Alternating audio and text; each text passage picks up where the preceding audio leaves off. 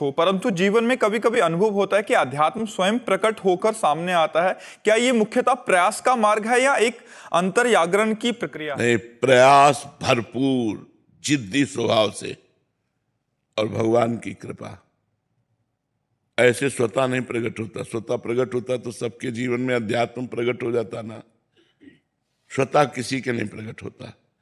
जिन्होंने भरपूर साधन किया और जिद्दी स्वभाव, मर जाऊंगा पर ऐसा नहीं करूंगा, मर जाऊं चाहे पर भजन नहीं छोड़ूंगा, जो बिल्कुल जिद्दी स्वभाव और डट करके खूब भजन मार्ग में लगा, तो अध्यात्म पर वो चल पाया।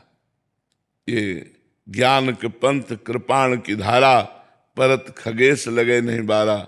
ये जो भगवान का मार्ग है, ज्ञान का मार्ग है, ये दुधारी तलवार है, इस पे चलना है।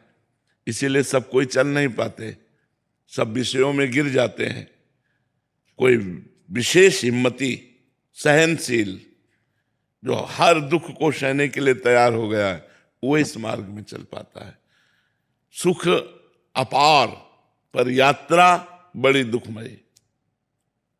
अपार सुख है परिणाम में, पर यात्रा बड़ी दुखमयी है। अब परिवार का मोह छोड़ पाना कितना कठिन होता है। माता पिता भाई परिवार भाभी रिश्ते नाते सब छोड़कर अंदर से किसी से राग नहीं, चाहे गृहस्थ हो चाहे विरक्त। यदि भगवान को प्राप्त करना है तो सबकी ममता ताग बटोरी, मम पद मन ही बांध बर डोरी। सबका प्यार समेट कर भगवान के चरणों में लगाना होगा। इसके बाद कोई मनोरंजन नहीं।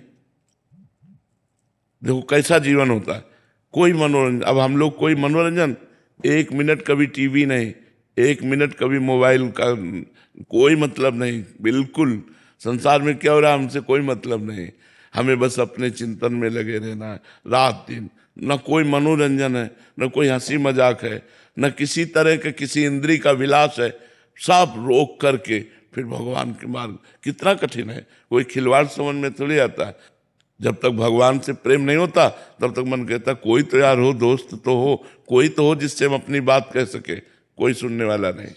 जब भगवान से परिचय होता है, जब प्यार होता है भगवान से और भगवत साक्षात्कार होता है, तब बात मिट जाती है। ये बड़ा कठिन जीवन, जैसे हम लोग जीवन जिए ना, सुन करके तुम कांप जाओगे कि ऐसा भी मनुष्य जीवन होता है। सर्दी में कोई वस्त्र नहीं, न कंबल न स्वेटर, किसी न साल, किसी भी तरह की कोई गर्म कपड़े नहीं। हर कष्ट सहने का जब अभ्यास कर लिया जाता है कि मुझे दुख सहना है लेकिन प्यारे से प्रेम करना है, तब वो इस मार्ग में चल पाता है। ऐसे नहीं है कि अध्यात्म स्वतः प्रकाशित हो जाता है। अगर होता होता तो सबके हृदय में हो जाता ना। सब अध्यात्म में नहीं, स्वतः विकारों के अधीन होता है। अध्यात्म में तो चढ़ना पड़ता है। अध्यात्म ऐसे है और विषय ऐसे है। छोड़ दो तो मन विषयों में स्वाभाविक चला जाएगा। अध्यात्म में उसे चढ़ाना पड़ेगा। अध्यात्म ऊर्ध्वगामी है, ऊर्ध्वगामी, और विषय अधागामी है। विषय पतन का मार्ग है, अध्यात्म उन्नति का मार्ग है। तो उन्नति के लिए चढ़ना होगा। चढ़ने के लिए हमको जिद्दी स्वभाव और दुख सहने का स्वभाव, चाहे जो कुछ हो जाए मैं इस बार भगवान को प्राप्त करके रहूंगा, ऐसा स्वभाव, तब वो भगवान के मार्ग में चलता है। नहीं तो ये इतना कठिन मार्ग है। तुम आज देख रहे हो ना, ये तो आज का, ये तो आखिरी फिल्म का रोल है। फिल्म की जो शुरुआत देखो ना तो आप कांप जाओगे कि बड़ा कठिन जीवन है वैराग्य का। अब ये लोग तो हमारे पास है ना, इन लोगों को कोई कष्ट थोड़ी है।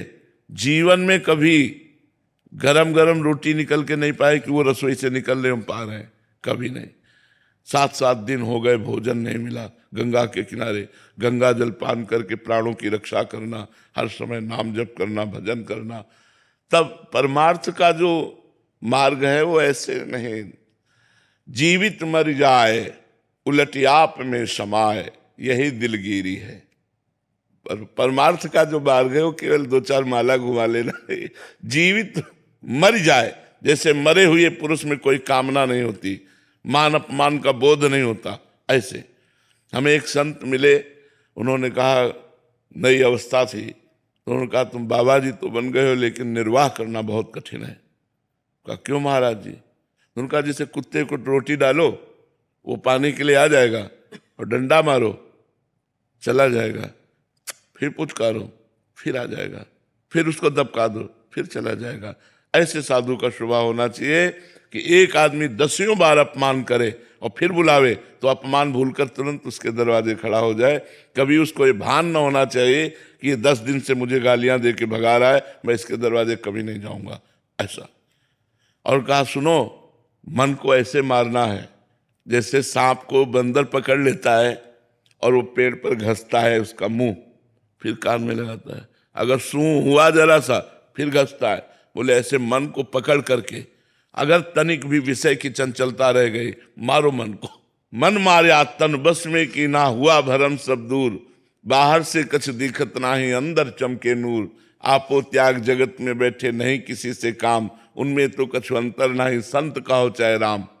जिन्होंने मन को मार लिया, जिन्होंने इंद्रियों को वश में कर लिया, जो अपने देह राग को भूल गए, जो संसार के सुखों को रौंद डाला, वो परमार्थ उनके हृदय में अध्यात्म प्रकाशित होता है। तो इसलिए हमारी प्रार्थना है कि ये न समझा जाए, अगर स्वतः प्रकाशित होता तो सबके हृदय में प्रकाशित हो जाता। जो जितना कठिन तप करता है, जो जितना प्रयासरत है, उतने अध्यात्म में आगे